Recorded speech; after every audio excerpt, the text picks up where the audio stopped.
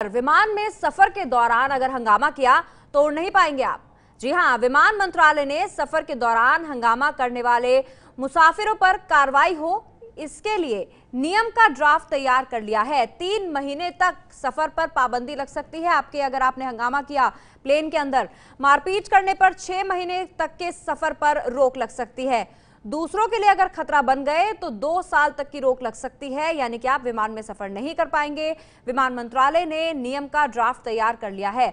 तो ड्राफ्ट के हिसाब से सफर के दौरान हंगामा करने वाले मुसाफिरों के विमान से सफर करने पर 3 महीने, विमान में मारपीट करने वाले मुसाफिरों के सफर पर 6 महीने, और कोई ऐसी हरकत जिससे कि विमान में सवार दूसरे मुसाफिरों या केबिन क्रू के लिए खतरा पैदा हो तो 2 साल तक सफर पर पाबंदी लग सकती है। और एबीपी न्यूज संवाददाता शिशिर सिन्हा ने बात की जयंत सिन्हा से, सुनिए। हमारे साथ मौजूद हैं विमानन राज्य मंत्री जयंत सिन्हा। सर, सबसे पहली चीज है कि क्या टिकटिंग करने के समय, क्योंकि एक यूनिक आइडेंटिटी हमें एस्टैब्लिश करनी है, किस तरीके से पहचान स्थापित करने का जो व्यवस्था है वो टिकट बुकिंग करने के समय ही कर दी जाएगी, ताकि बाद में ऐसे किसी भी उद्दंड यात्री की पहचान की जा सके। हम लोग इस समय 2 किस्म के इनिशिएटिव्स लेकर आगे बढ़ रहे हैं। एक तो नेशनल नो फ्लाई लिस्ट वाला है और दूसरा डिजी यात्रा वाला है। आप सही कह रहे हैं कि डिजी यात्रा में जो हम लोग इस समय अध्ययन कर रहे हैं वो अध्ययन यह कह रहे हैं कि अगर आप टिकट बुकिंग कर रहे हैं तो आपकी पहचान किस प्रकार से की जाए, यूनिक आपका आइडेंटिफिकेशन किस तरीके से किया जाए। आज के समय अगर आप इंटरनेशनल ट्रिप लेते हैं तो आपको पासपोर्ट नंबर तो देना ही होता है। साथ साथ जब आप एयरपोर्ट में प्रवेश करते हैं तब भी आपको अपना आइडेंटिटी, अपनी पहचान बनानी पड़ती है। तो इसको अब हम लोग पीएनआर के साथ किस तरीके से जोड़ें, और अगर इसको जोड़ें तो हम क्या क्या सुविधाएं यात्रियों को दे सकते हैं, इस पे हम अध्ययन कर रहे हैं डिजी यात्रा के द्वारा। और विश्वास है कि कुछ ही दिनों में हम इस प्रकार की एक प्रक्रिया तैयार करेंगे जिसके लिए आपको बड़ी सुविधा से और बड़ी आसानी से, सरलता से आप पूरी अपनी यात्रा एकदम डिजिटल तरीके से आप कर पाएंगे। ये हम डिजी यात्रा में कर रहे हैं।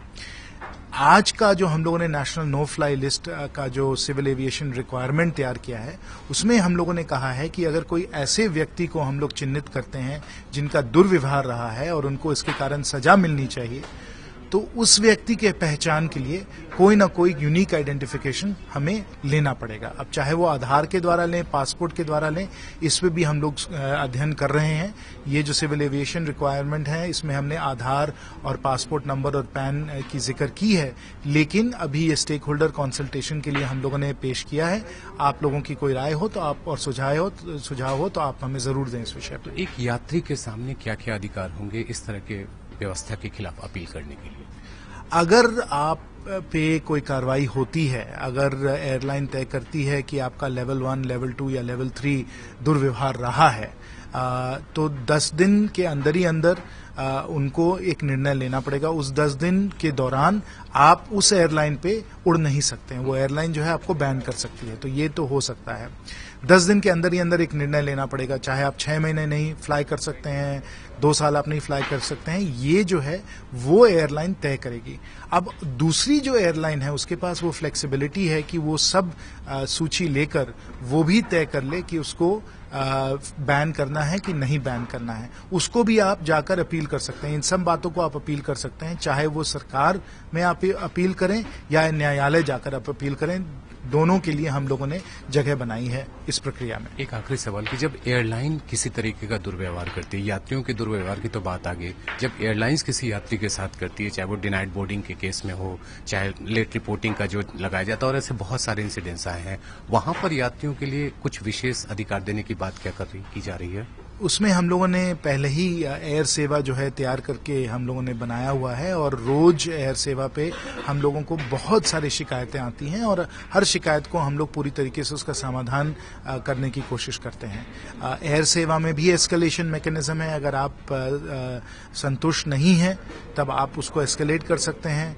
आप कंज्यूमर कोर्ट में जा सकते हैं, आप न्यायालय जा सकते हैं। अगर आप यात्री हैं और अगर आप लोगों को लगता है कि एयरलाइन ने आपके साथ दुर्व्यवहार किया है तो ये आपको समझ लेना चाहिए कि आपके क्या अधिकार हैं। लेकिन और मैं सब यात्रियों को ये कहना चाहूंगा कि जब आप टिकट खरीदते हैं तो आप जरूर अवश्य देखें कि टिकट में आपके क्या क्या अधिकार हैं और क्या क्या अधिकार एयरलाइन के हैं। ये जानकारी लेकर आप एक जानकार यात्री बनकर आप जहाज पे चलिए।